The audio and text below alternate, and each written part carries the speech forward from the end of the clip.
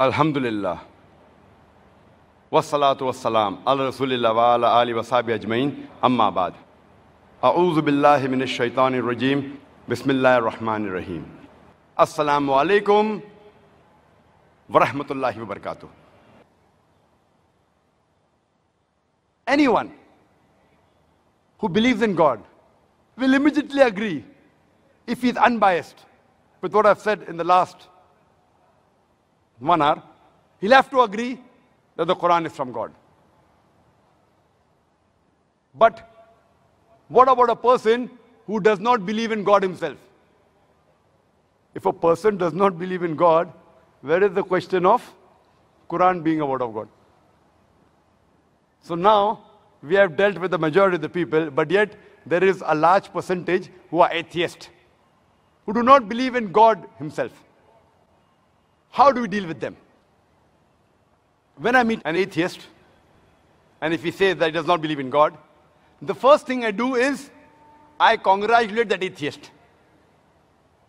Now you may wonder that why is Zakir congratulating an atheist? The reason I'm congratulating him is because most of the human beings, they are doing blind belief. Most of the Christians, because the father is a Christian. He's a Hindu because father is Hindu. Some of them are Muslims because their father is Muslim. They aren't thinking. This person, he's thinking. He may be coming from a religious background, but he may not agree that the God which his parents are worshipping is worth to be called as God. The reason I congratulate the atheist is because he has said the first part of the Islamic Shahada, Islamic creed, La ilaha, there is no God. The only thing I have to do is prove to him illallah, but Allah, which I shall do inshallah. To the other non-Muslims, first, I have to prove to him that the God he is worshipping is false. So half the time I waste in trying to prove that the God he is worshipping is false. Here, half my job is done, La ilaha. Only thing left for me is illallah and then Muhammad Rasulullah. But Allah and Prophet Muhammad, peace be upon the Messenger of Allah. Now this atheist, he rejects God because he has the wrong concept of God. Now anyone who says he does not believe in God, first I'll ask him, what is the definition of God? For anyone to reject anything, he should know its definition. For example,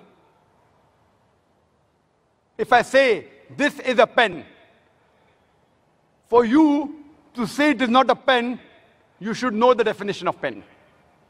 If you don't know the definition of pen, you cannot say this is not a pen. Is it clear? Do you agree with me or not?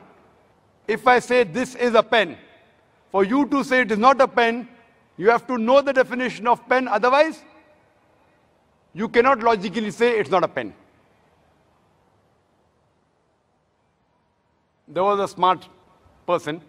He said, no, Brother Zakir. I know that's a book. So even if I don't know the definition of a pen, I can say it's not a pen. I know it's a book. So why should I know the definition of pen? So I said, fine. Do you know that's a book? He says, yes. I say, this is a kitab. He will say, no, it's not a kitab. He knows the definition of book, but does not know the definition of kitab. Kitab, in Arabic and Urdu, means a book. If I say this is a pen, knowing definition of a pen is more important than knowing what is this.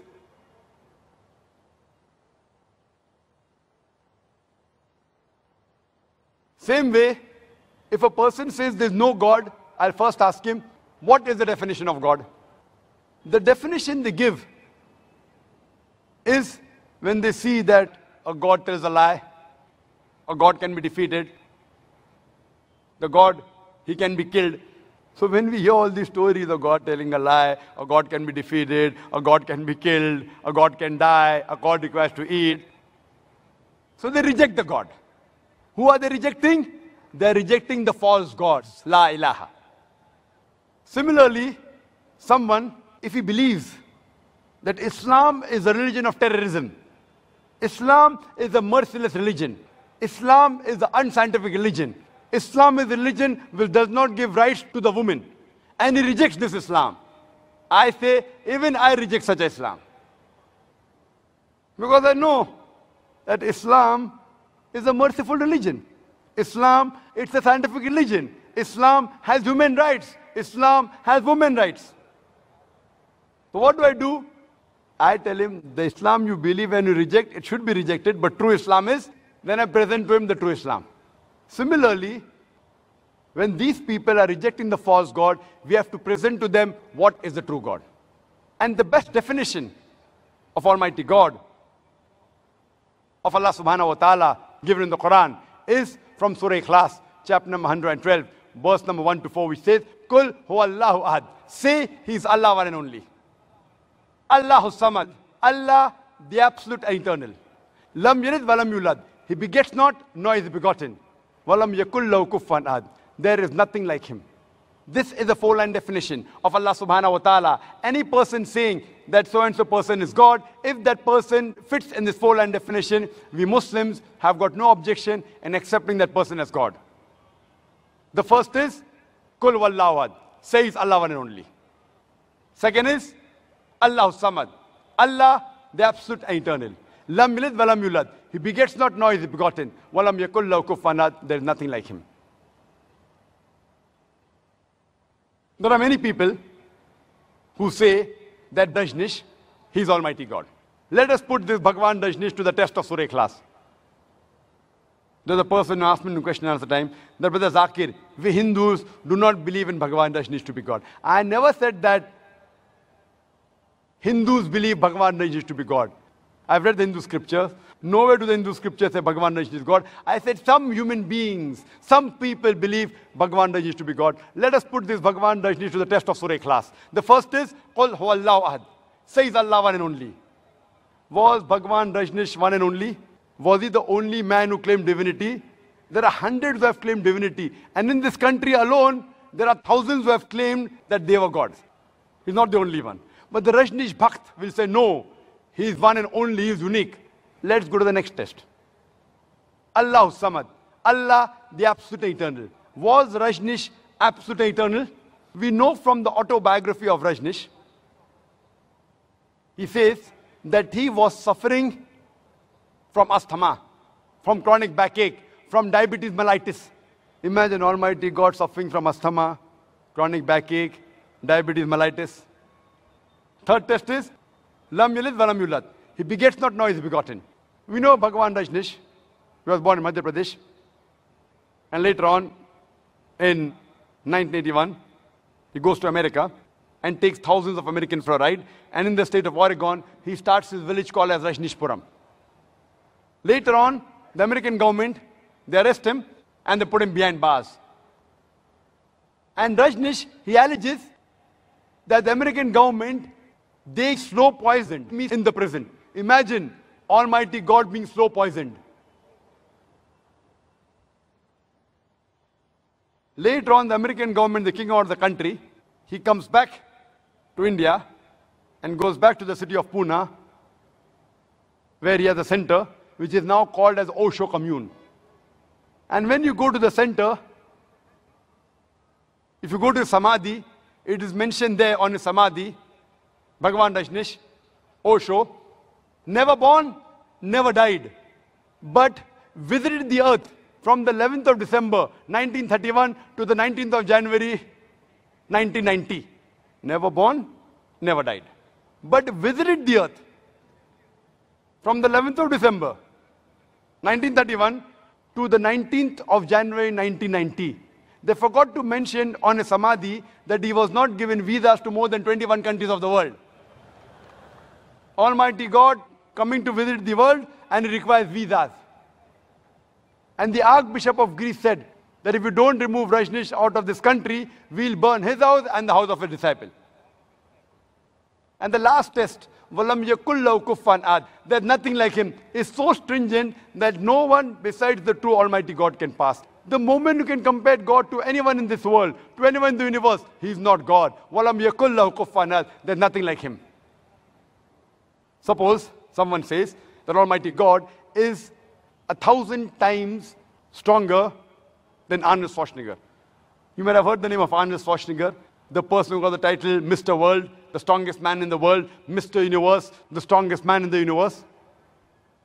If someone says that Almighty God is 1,000 times stronger than Arnold Schwarzenegger, the moment you can compare God to anything in this world, whether it be Arnold Schwarzenegger, whether it be Dara Singh, whether it be King Kong, whether it be 1,000 times or 1,000,000 times, the moment you can compare God to anything in this world, He is not God. وَلَمْ يَكُلْ لَهُ كُفُوًا أَحَدٌ, there's nothing like Him.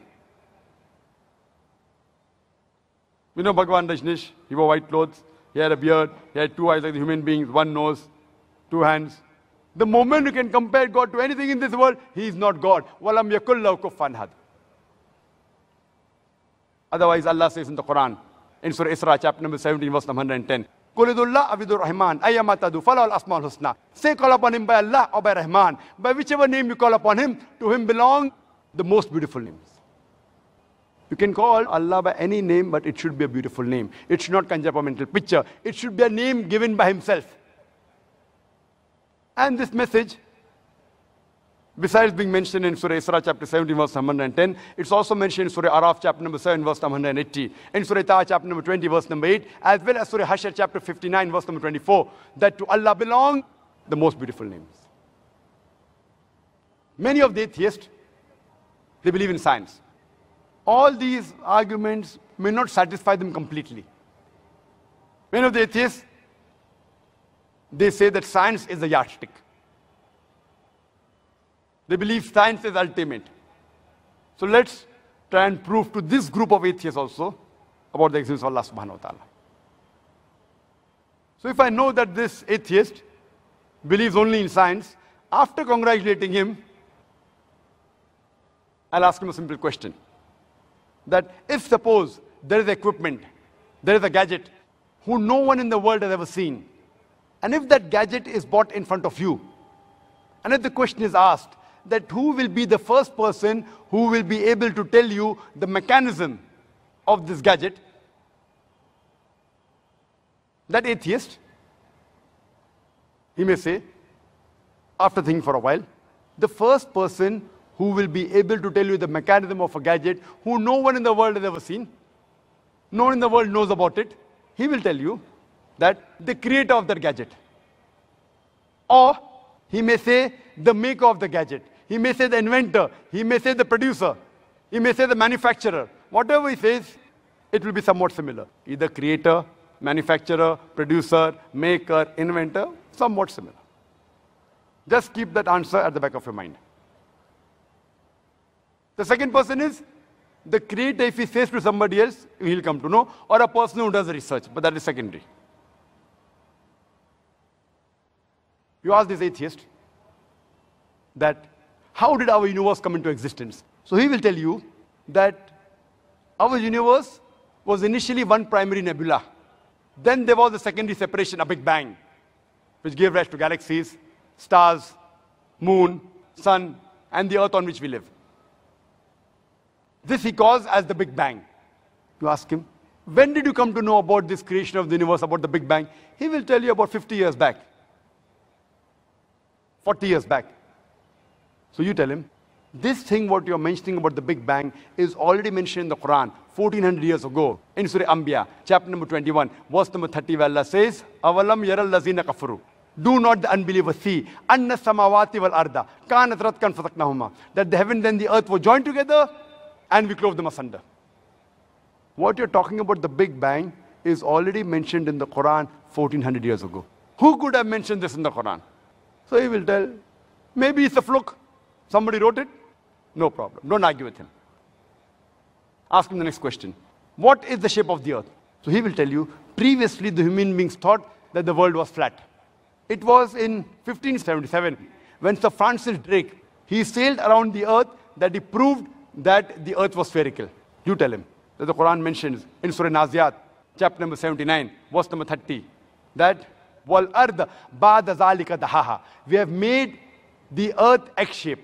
The Arabic word dahaha, one of its meaning is an expanse, and the earth is an expanse.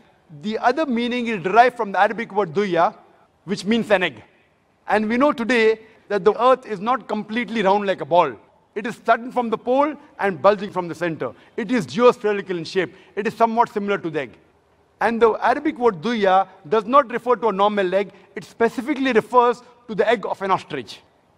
And if you analyze the shape of the egg of an ostrich, it is geospherical in shape. Imagine, the Quran mentions that the earth is geospherical 1400 years ago. Who could have mentioned that?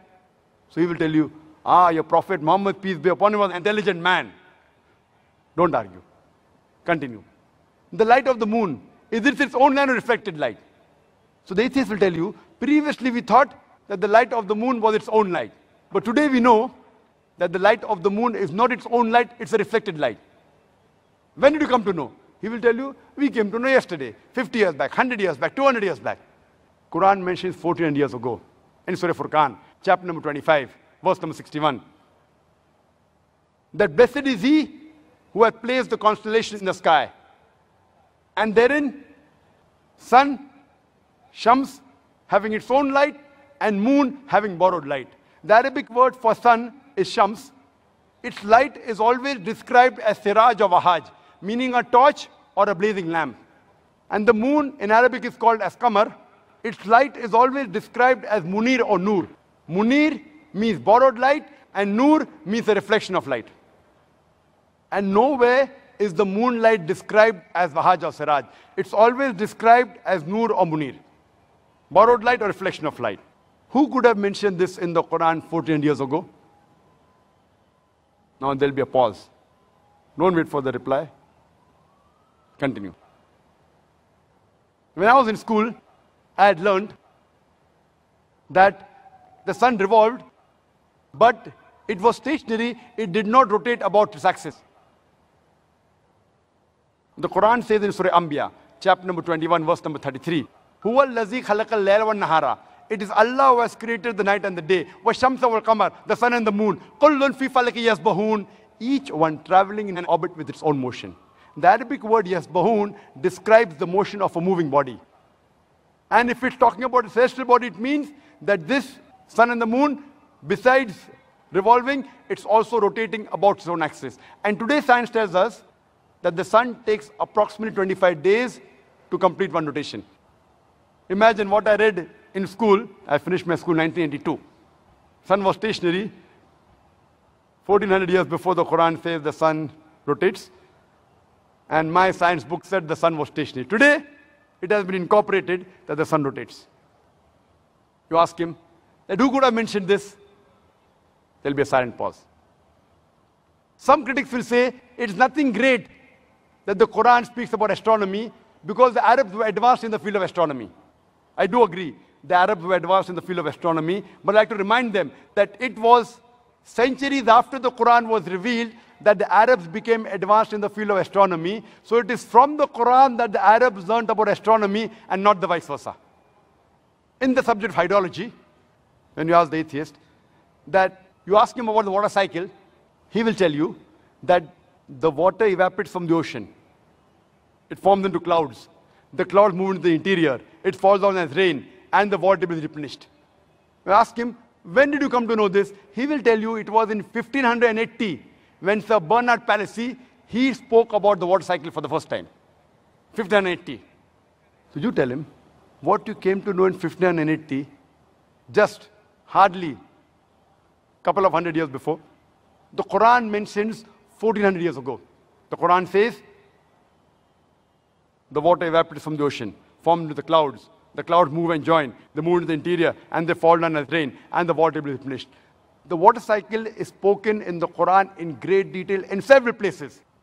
It's mentioned in Surah Zumur, chapter 39, verse number 21. In Surah Rum, chapter number 30, verse number 24. In Surah Hijr, chapter number 15, verse number 22. In Surah Mu'minun, chapter number 23, verse number 18. In Surah Rum, chapter number 30, verse number 48. In Surah Nur, chapter number 24, verse number 43. It's mentioned in Surah Naba, chapter number 78, verse number 12 to 14.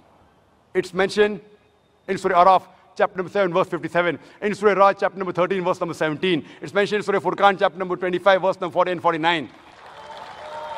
It's mentioned in Surah Yasin, chapter number 36, verse number 34. It's mentioned in Surah Fatir, chapter number 35, verse number 9. It's mentioned in Surah Jasha, chapter number 45, verse number 5. In Surah Qaf, chapter number 50, verse number 9 and 10.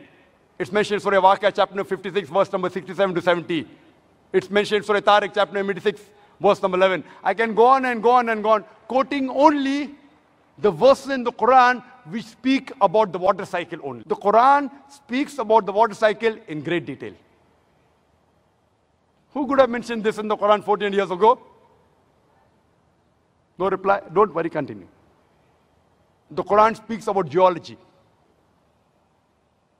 The geologists say that the radius of the earth is 3,750 miles. The deeper layers are hot and fluid. The upper layer is a thin crust, hardly 1 to 20 miles in thickness. And there are high possibilities it will shake. It is due to the folding phenomena which gives rise to mountain ranges which prevents the earth from shaking. Allah mentioned this in the Quran. It's mentioned in the Quran. In Surah Naba, chapter number 78, verse number 7 as well as 8, Allah says, وَالْجِبَالَ أَوْتَادًا. We have made the earth as an expanse and the mountains as pegs, which science has agreed today. A similar message is mentioned in Surah Anbiya, chapter 21, verse number 31, that we have placed on the earth mountains standing firm, lest it would shake with you. In the field of oceanology, previously we knew that there were two types of water, salt and sweet. But the Quran says in Surah Furqan, chapter 25, verse number 53, that it is He who has let free two bodies of flowing water, one sweet and palatable, the other salty and bitter. Though they meet, they do not mix. There is a barrier which is forbidden to be trespassed. We knew that there were two types of water, but what does the Quran mean there is a barrier which is forbidden to be trespassed? Today we know that whenever one type of water flows into the other type of water, it loses its constituents and gets homogenized into the water it flows. This homogenizing area is called as a barrier, a barzakh in the Quran. Quran mentioned this 14 years ago. Quran mentioned about biology. It's mentioned in Surah Anbiya, chapter number 21, verse number 30. وَجَعَلْنَا مِنَ الْمَاءِ كُلَّ شَيْءٍ أَفَلَا يُؤْمِنُونَ. We have created every living thing from water. Will you not then believe? Who could have believed in the deserts of Arabia that everything is made from water? Today science tells us that every living thing is made from water. There is a theory known as theory of probability. That if you make a wild guess, the chances you'll be right is depending upon what are the options. For example, if I toss a coin, head or tails, whatever reply you give, the chances you'll be right is 1 upon 2, 50%. Two options, chances you'll be right is 1 upon 2, 50%. If I toss a coin twice, the chances I'll be right both the times is 1 upon 2 into 1 upon 2, it is 1 upon 4, it is 25%. If I toss a coin thrice, the chances I'll be right all three times is 1 upon 2 into 1 upon 2 into 1 upon 2, it is 1 upon 8, 12.5%. If I throw a dice, the dice has got 6 sides. The chances if I make a wild guess it will be right is 1 upon 6. Now if you apply this theory of probability, that someone made a wild guess, for example, what is the shape of the earth? You can think of 10 things. Flat, square, rectangle, triangular, hexagonal, on and on, maybe spherical. The chances if you make a wild guess it is spherical, it will be right is 1 upon 10. If you ask a person, the light of the moon, is it its own light or reflected light? If he makes a wild guess, chances he'll be right is 1 upon 2. The chances that both are right, the shape of the earth and the light of the moon is not its own light, is 1 upon 10 into 1 upon 2 is 1 upon 20. That is 5%. All living creatures made of what? You can think of 1,000 things. Sand, iron, tin, wood, on and on, maybe even water. Chances you make a wild guess and one is right is 1 upon 1,000. Chances all three are correct Shape of the earth is spherical. Light of the moon is reflected. Everything made from water. Is 1 upon 10 into 1 upon 2 into 1 upon 1000. Is 1 upon 20,000. Is 0.005%. Only in 3 scientific facts, it's 0.005%. I've already mentioned several. And if you read my book, there are hundreds. There are many things. Quran speaks about botany. In Surah Ra'd, chapter number 13, verse number 3, that all the fruits are created in pairs, in sexes male and female. Quran says in Surah Taha, chapter number 20, verse 53, that the plants are made in sexes male and female, which you came to know recently. In the field of zoology, Quran says the animals and the birds live in community like the human beings. In Surah Anam, chapter number 6, verse number 38, which we came to know recently. Quran speaks about the bee, that it can find its path, which we came to know recently. In Surah Nahl, chapter number 16, verse number 60 and 69. The Quran says that the worker bee is the female bee. Previously thought it was the male bee. Quran says in Surah Nahl, chapter number 16, verse number 69, that the worker bee is the female bee. Quran speaks about the lifestyle of the spider in Surah Ankabut, chapter 29, verse number 41. The Quran speaks about the lifestyle of the ant in Surah Namal, chapter number 27, verse number 17 and 18, which we have come to know recently. Quran speaks about genetics, that it is the male fluid, it is the sperm which is responsible for the sex of the child. In Surah Najm, chapter number 53, verse number 45 and 46, as well as chapter number 75, verse number 37 to 39, which we came to know recently. Quran speaks about embryology, that all the human beings are made from alaqa, a leech-like substance, something which clings. In Surah Alaq, Surah Iqra, chapter 96, verse number 2, which we came to know recently. Quran speaks about the various embryological stages, alaqa, mudga, izama, lahem. In Surah Mu'minun, chapter number 23, verse number 12 to 14, which we have come to know recently. There are various scientific facts mentioned in the Quran. I'll just mention 2 more. There are people who say that after we human beings die, and after we are buried, and our bones are disintegrated, how will Allah subhanahu wa ta'ala be able to reconstruct the bone on the day of judgment? So Allah says, it's mentioned in the Quran, chapter number 75, verse number 3 and 4, that when they say that how will Allah be able to reconstruct the bones on the day of judgment, tell them, Allah can not only reconstruct the bones, He can even reconstruct in perfect order the very tips of your fingers. What does Allah mean by saying He can not only reconstruct your bones, He can even reconstruct in perfect order the very tips of your fingers? It was in 1880 that Sir Francis Galt, he discovered the fingerprinting method and said that no 2 fingerprints, even in 1,000,000 human beings, are identical.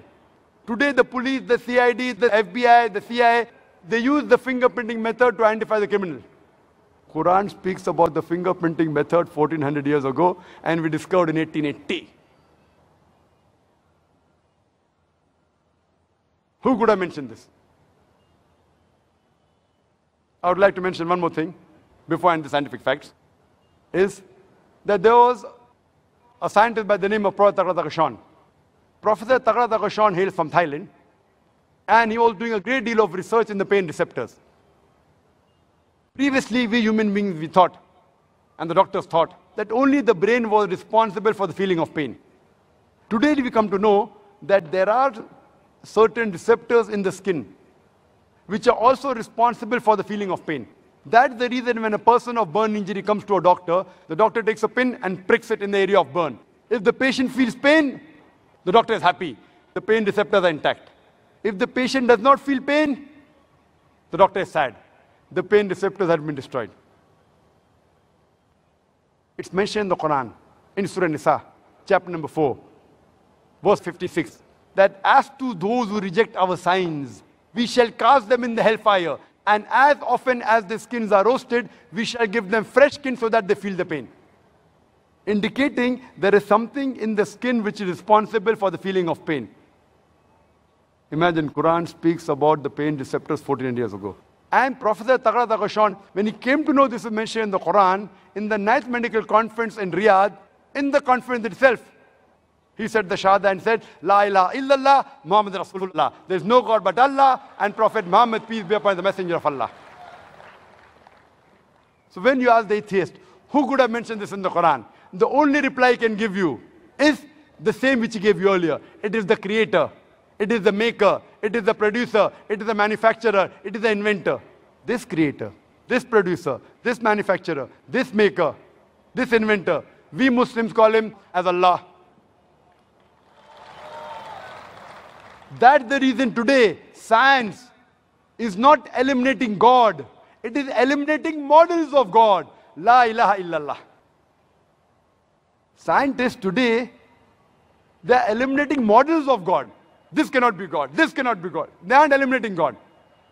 And a famous philosopher and scientist, Francis Bacon, he said that those who have little knowledge of science, they become atheists.